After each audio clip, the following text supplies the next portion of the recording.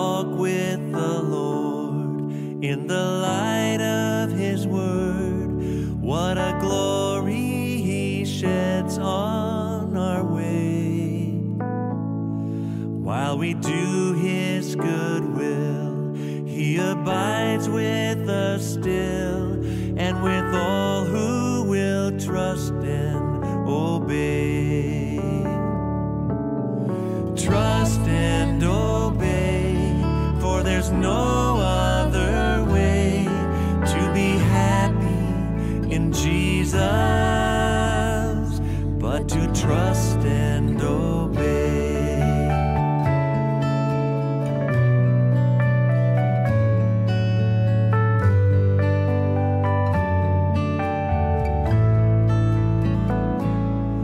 Not a shadow can rise, not a cloud in the skies, but His smile quickly drives it away. Not a doubt nor a fear, not a sign nor a tear can abide while we trust and obey. Oh, trust and obey, for there's no other way to be happy in Jesus but to trust and obey.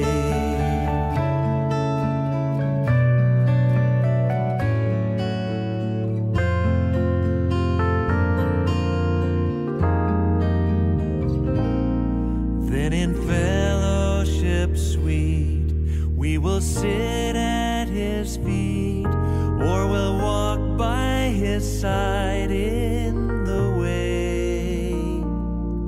What He says we will do, where He sends we will go. Never fear, only trust and obey. Trust and obey, for there's no other way to be happy in Jesus but to trust and obey. Oh, trust and obey, for there's no other way to be happy in Jesus but to trust and obey. And 'tis so sweet to trust in Jesus, just to take Him at His word, just to rest upon His promise, just to know thus saith the Lord. Jesus, Jesus, how I trust Him, how I proved Him o'er and o'er. Jesus, Jesus, precious Jesus, oh, for grace to trust Him more. Lord, oh, for grace to trust You more.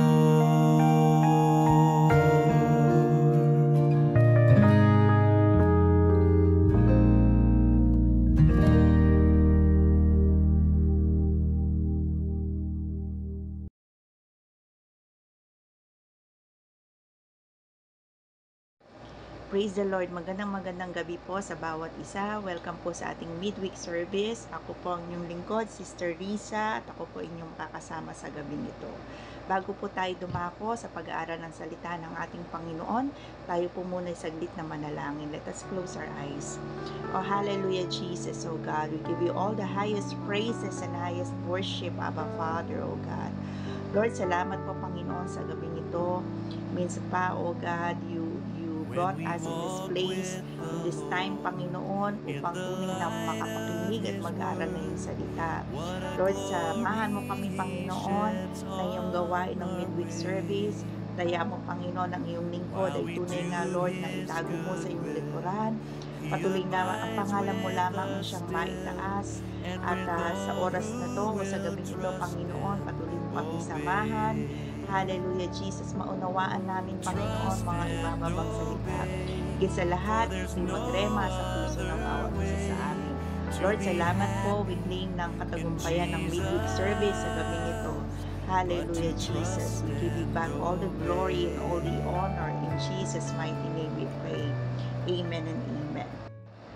Ang ating pong pag-aaralan sa gabing ito ay makikita sa 1 Samuel chapter 15 verse 22. Ang sabi po doon in NIV version, "But Samuel replied, Does the Lord delight in the burnt offerings and sacrifices as much as in obeying the Lord?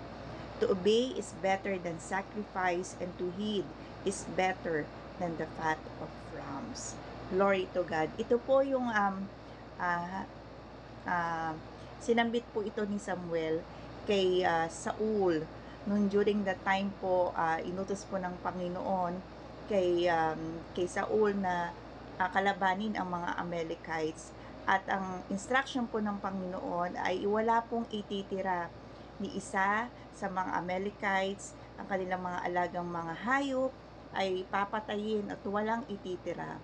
Pero si Saul po, ang ginawa po niya ay pinatay niya po ang mga hayop, ang mga Amalekites, pero in-spare niya po o itinabi o hindi niya po pinatay yung may mga magagandang hayop, sapagkat inisip niya po na ito ay ialay sa ating Panginoon as a burnt offerings. Ganun din, in-spare din niya si King Agag, no? Hindi rin niya pinatay. So makikita po natin dito na si Saul, hindi niya totally sinunod yung uutos sa kanya ng Panginoon, ay binaba sa pamamagitan ni Samuel. Kaya nga po si Samuel, sinabi niya dito kay Saul, "Does the Lord delight in the burnt offerings and sacrifices as much as obeying the Lord?" Masigit ba ang kalulugdan ng Panginoon ang mga alay mo kaysa sa pagsunod mo sa ating Panginoon? To obey is better than sacrifice, and to heed is better than the fat of rams. Minsan po sa buhay natin, no, ang Lord may mga pinagagawa siya sa atin, may nais siyang ipagawa sa atin, pero although we follow yung instruction ng Lord sa buhay natin, pero minsan po hindi po siya totally na nagagawa natin, because minsan akala natin na nasusunod natin yung kalooban ng Panginoon, nasusunod natin yung mga nais niyang ipagawa sa buhay natin, pero minsan hindi natin alam na we are not totally following what God wants us to do. Amen? Kaya, praise the Lord. Ito pong verse na to, may nagrema pong 4 na keyword na sa puso ko na nais po ipahayag sa atin ng ating Panginoon. Number 1 po is obedience over sacrifice. Nais po ng Lord na mas higit tayong sumunod kesa yung maghandog tayo ng mga bagay na minsan po kasi akala natin na kapag nakapaghandog tayo sa Panginoon, nalugod na natin o na-reach na natin yung kalooban, yung puso ng Panginoon. Pero alam niyo po, mas hinigit na tinitingnan ng Panginoon yung pagsunod.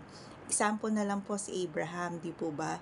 Nung inoffer niya ang kanyang anak na si Isaac, ano po ang tiningnan ng Panginoon kay Abraham nung nais niyang, nung sinabi niyang ialay niya ang kanyang anak? Hindi po yung si Isaac ang nais po ng Lord, hindi po nais ng Lord na mamatay si Isaac. Pero tiningnan po ng Lord if Abraham is willing to obey yung kalooban ng Panginoon, yung pinapagawa sa kanya ng Panginoon, bagamat mahirap or mabigat kay Abraham, pero sinunod pa rin niya yung nais ng Panginoon na pinapagawa sa kanya. Sabi ng Lord doon, i-offer niya ang kanyang anak na si Isaac. Nung ituturok na po ni Abraham yung patalim sa dibdib ni Isaac, biglang nagsalita ang Panginoon sa kanya na huwag mo ituloy iyan sapagkat nakita ng Lord o nalugod ang Panginoon sa pagsunod ni Abraham. Yan po ang nais ng Panginoon sa bawat isa sa atin. Yung nais ng Lord na whatever happens in our life, kahit anumang trial ang dumating sa buhay natin, anong pagsubok man dumating sa buhay natin, nais ng Panginoon na tayo'y sumunod sa kalooban niya, sa mga nais niyang ipagawa sa atin. Kaya lagi po nating tatandaan na masigit na kinalulugdan ng Panginoon ang pagsunod kesa po yung mag-alay tayo. Amen po ba? At sabi po sa pangalawa, partial obedience is disobedience. Sa Panginoon po wala pong kalahati susunod ako, kalahati hindi. Wala pong between sa Panginoon. It's either yes or no. It's either you're hot or you're cold. So makikita natin kay Saul dito dun sa ating binasa na partly po sumunod siya sa Panginoon. Totoo po 'yun. Kinalaban niya ang mga Amalekites, pinatay niya yung mga hayop, yung mga alaga niyang hayop, pero hindi po siya totally sumunod dun sa instructions na binigay sa kanya, kasi ang instruction sa kanya ay wala siyang ititira. Pero si Saul, tinira niya yung mga good fat, yung good ramps, yung mga matatabang mga tupa, kasi ang nais niya, i-spare niya yon para ialay as a burnt offering. Siguro yung purpose ni Saul is parang you want to please God, pero mali pala yung pagpi-please niya sa Panginoon. Nais ng Lord na when He instruct us to do something, He wants us to obey completely, hindi po yung partially. Kaya yung partial obedience is really disobedience. Kaya tatandaan po natin yung wala pong halfway sa Panginoon, wala pong hilaw kumbaga. So it's either po na tayo sumunod o hindi po tayo sumunod. Amen po ba? At number 3 po is heart of worship. Praise the Lord. Naniniwala po ako na kapag tunay po nating mahal ang ating Panginoon, kapag tunay po natin na nais na sambahin at purihin ang ating Panginoon, ang pagsunod po ay hindi mahirap para sa atin. Amen po ba? If we love God, to obey His word is not hard for us. Di po ba? Para pong para po yung magulang natin, minsan po, di ba? May pinapagawa sila sa atin, may inuutos sila sa atin, and we follow them because we love them. Amen po ba? Ganun din po ang ating Panginoon. If we truly love God, we will find in our heart to obey His will, His purpose in our life. Amen? At higit po sa lahat, yung ating pong sarili, we have to offer it to God. Sabi nga po in Romans chapter 12 verse 1 to 2, I urge you, brothers and sisters, in view of God's mercy, to offer your bodies as a living sacrifice, holy and pleasing to God. This is your true and proper worship. Amen. Yun po yung pinakamataas na pagsamba, papuri sa ating Panginoon is yung ibigay po natin yung sarili natin sa Panginoon, holy and acceptable unto Him. Alam ko po, hindi po tayo nagkakasala din po tayo, pero napakaganda po na every time po na tayo po ay nakakagawa ng mga bagay na hindi naging kalugod-lugod sa Kanya, we immediately acknowledge yung ating mga kasalanan, humingi po tayo ng tawad, dahil only by the grace of God that tayo po ay nabubuhay sa mundong ito. Sabi ko nga po, ako po sa music ministry, every time po na ako po ay magpipray sa music team bago po magpaawit every Sunday. Every time po naglilid ako ng prayer, ang lagi pong binabanggit ng puso ko is that Lord, ang talentong meron kami ay mababaliwala kung ang puso namin ay hindi naka-incline sa'yo, sa kalooban mo, sa nais mo. Kasi po yung talentong meron tayo, hindi po yan yung after yung Lord Amen po ba? Ang after po ang Lord is yung puso natin, how we worship God, at isang pusong malinis ang nais ng Lord sa bawat isa sa atin. That's the true heart of worship, is to worship Him with a pure heart and a heart that follows the will of God. Amen po ba? Sabi nga po dun sa Romans chapter 12 verse 2, do not conform to the pattern of this world, but be transformed by the renewing of your mind. Then you will be able to test and approve what's God's will, His good, His pleasing, and perfect will. Amen po ba? Huwag po tayong makiayon sa mga galaw ng mundong ito, sapagkat nakakalungkot man po, no, because at this age, especially yung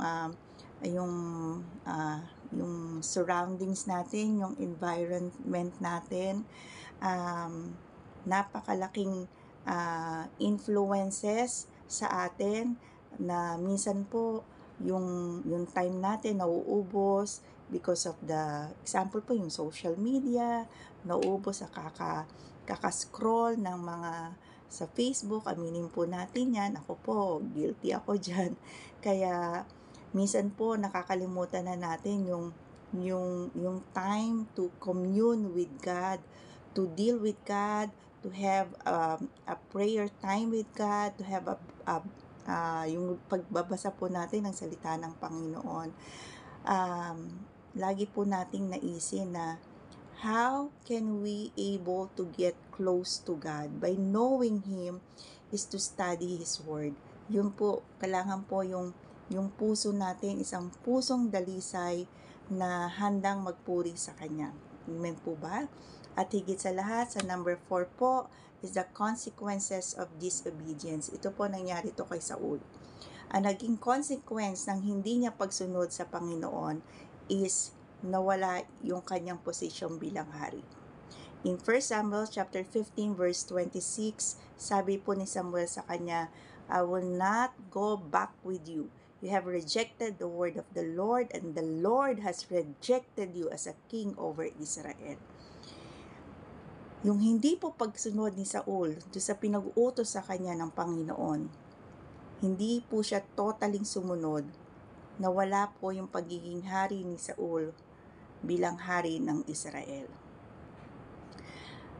Napakabigat po na sa hindi nating pagsunod, meron po yung kaakibat na consequences. Pero po ang Lord mahabagin pa rin. Kahit many times tayong nagpi-fail, kahit many times tayong nasasaktan natin yung puso niya, pero ang Lord patuloy pa rin niya tayong minamahal. Patuloy pa rin niya tayong inuunawa. Pero kapatid, tatandaan po natin ito na sa hindi natin pagsunod sa Panginoon, meron po yung kaakibat na consequences sa buhay natin. Na minsan, we ask God, especially sa mga problema, no, marating yung mabigat na problema. Minsan tinatanong pa natin ng Lord, why you allow na magkaroon ako ng isang mabigat na problema? Kung merong mang sakit, karamdaman sa pamilya or financially. Pero did we ask ourselves na maybe this is a fruit sa hindi natin pagsunod sa nais ng Lord? Example lang po, no? Ang nais ng Lord is every Sunday ibigay natin to sa Kanya by keeping the Sabbath holy. Nais ng Lord na every Sunday atin tayo ng church. That's the time for us to worship Him. Pero yun po, hindi natin nagagawa eh. Di po ba?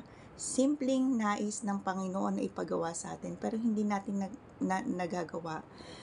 Na minsan, hindi pala minsan, madalas, na kung kailan ka nakakaranas ng problema, mas lalong hindi ka umaattend. Aminin po natin yun. Pero dapat po na tatandaan po natin yung mga consequences na nangyayari sa buhay natin. Isipin po natin why we experience that. Is this the fruit of the disobedience that I did to God? Pero alam niyo po kapatid, napakabait po ng ating Panginoon. Hindi lamang po mabait, napakabuti po ng ating Panginoon, na kahit po tayo ay nagkakasala, kahit po tayo ay nagkakamali, but once we acknowledge na tayo po ay makasalanan, na tayo po ay gumawa ng bagay na hindi naging kalugod-lugod sa Kanya, lumapit lamang po tayo sa Panginoon, and God is very willing to accept us, to love us. Di po ba sabi nga sa Kanyang salita that He died on the cross for you and for me to be saved? Yun po yung greatest love ng ating Panginoon. Kung ang Lord po sumunod sa kalooban ng Ama na Siya'y mamatay sa krus ng Kalbaryo, who we are not to follow God? Amen po ba? Kaya po naisin po natin na naisin ng puso natin na laging sumunod sa kalooban ng Panginoon. Let our heart's desire is to obey God. Amen po ba? Hindi lang po sa salita, pero ipakita po natin to sa gawa, sa puso, sa pamagitan po ng mga gawa, no? Ipakita natin how we're going to obey God by following His will to us. Yung Romans chapter 12 verse 1 to 2, yun yung pinaka-fruit po, no? Pinaka-main ng obedience ng Panginoon, natin sa Panginoon, is to offer ourselves to God holy and acceptable unto Him. Amen po ba? So, lagi po natin i-desire na sumunod sa kalooban ng Panginoon, sapagkat naniniwala po ako na kapag tayo po ay sumunod sa Panginoon, He will pour out His blessings to us. Amen po ba? Ang pagsunod, ang bunga po yun ay pagpapala, blessing. Pero ang disobedience, may consequences po yun kapag ito ay ginawa natin. Pero naniniwala po ako na bawat isa sa atin na tayong nanonood sa midweek service, ang puso po natin ay laging nanaisin na sumunod sa ating Panginoon. Amen po ba? Glory to God. Hallelujah, Jesus. Salamat po. Sige po, tayo po ay saglit na pumikit at manalangin. Hallelujah, Jesus. Lord, salamat po, Panginoon, sa gabing ito, sa pagsama mo sa amin, sa pag-aaral ng salita, Panginoon. Hayaan mo, Lord, hallelujah, Jesus, na gawin mo kami na laging sumunod sa iyong kalooban, isang pusong handang magpasakop sa iyong nais, Panginoon, at higit sa lahat, hallelujah, Jesus, lumakad kami ayon sa iyong nais, Panginoon. Lord, salamat po, God, sa lahat na nakinig at dumating ng midweek service. Tunay nga, Lord, pagpalain mo ang buhay ng bawat isa. Hallelujah, Jesus. We're going to stretch forth your hands towards them, Abba Father, oh God. I pray for the blessing that only coming from Jesus, oh God. Lord, salamat po. At sa next midweek service, muli mo kaming dalhin sa online service na to upang makapakinig pa ng iyong salita, maging kalakasan ng aming spiritual na pamumuhay. Lord, salamat po, God. Hallelujah, Jesus. Sa oras pong ito, maingat namin binabalik sa iyong pinakamataas na papuri at pasasalamat sa pangalan na iyong buktong na anak na si Jesus. This we pray. Amen and amen. God bless po. God bless. Not a cloud in the skies, but His smile quickly drives it away. Not a doubt nor a fear,